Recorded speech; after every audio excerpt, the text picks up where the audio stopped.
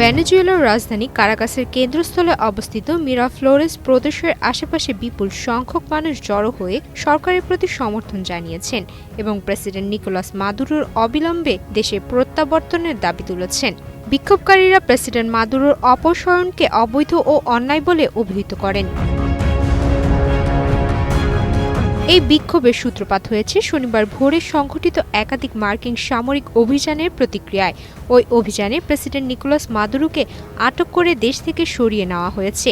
এই ঘটনাকে ভেনেজুয়েলার সার্বভৌমত্বের ওপর সরাসরি হস্তক্ষেপ হিসেবে দেখছেন বিক্ষোভকারীরা। ভবিষ্যৎ হোক নিরাপদ, বিনিয়োগ হোক বিশ্বস্ত, আর আমার পছন্দ সল্ট বে। ওয়েলকাম টু সল্ট বে। বিভিন্ন শ্রমিক সংগঠন, রাজনৈতিক কর্মী ও সাধারণ জনগণের অংশগ্রহণে এই সমাবেশ অনুষ্ঠিত হয়।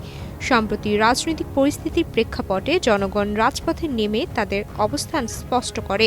প্রেসিডেন্ট মাদুরোর অনুপস্থিতিতে সুপ্রিম কোর্টের নির্দেশে ভাইস প্রেসিডেন্ট ডেভিড রদ্রিগেজকে অন্তর্বর্তীকালীন রাষ্ট্রপ্রধানের দায়িত্ব দেওয়া হয়েছে। তবে বিক্ষোভকারীরা জানান তারা নির্বাচিত প্রেসিডেন্টের পরিবর্তে অন্য কাউকে মেনে নিতে রাজি নন।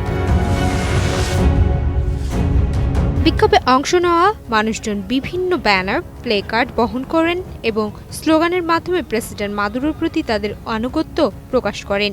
একই সঙ্গে তারা তার অপসারণকে অপহরণ বলে আখ্যা দেন এবং তার তীব্র নিন্দা জানান।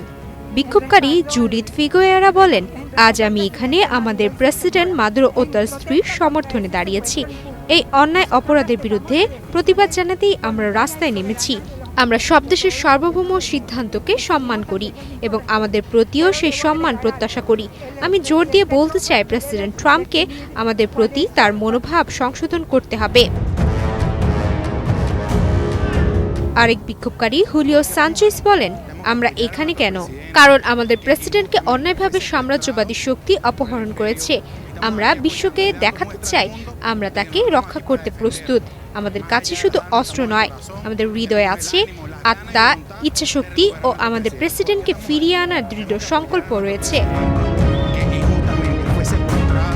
বিশ্লেষকদের মতে এই বিক্ষোভ ভেনেজুয়েলার অভ্যন্তরীণ রাজনৈতিক সংকটকে আরও গভীর করছে এবং আন্তর্জাতিক অঙ্গনে নতুন করে উত্তেজনা সৃষ্টি করতে পারে। সুমাইয়া মিতু, বাংলাদেশ প্রতিদিন।